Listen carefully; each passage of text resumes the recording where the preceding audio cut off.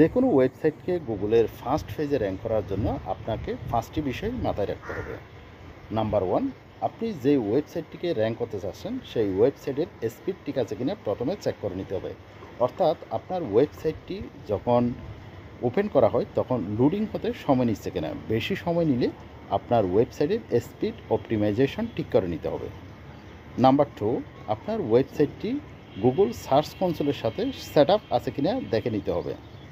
Number 3, আপনার ওয়েবসাইটটি যে কিওয়ার্ডের আন্ডারে আপনি গুগলের ফার্স্ট পেজে র্যাঙ্ক করতে চাচ্ছেন সেই কিওয়ার্ডে আপনি একটি ভিডিও তৈরি করুন।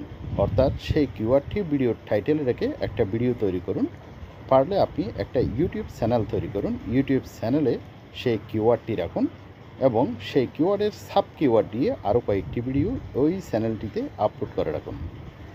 নাম্বার 4, আপনার ওয়েবসাইটের পোস্ট ও পেজের এসইও করুন। নাম্বার 5, আপনি যত পারেন তত ব্যাকলিংস ক্রিয়েশন করুন।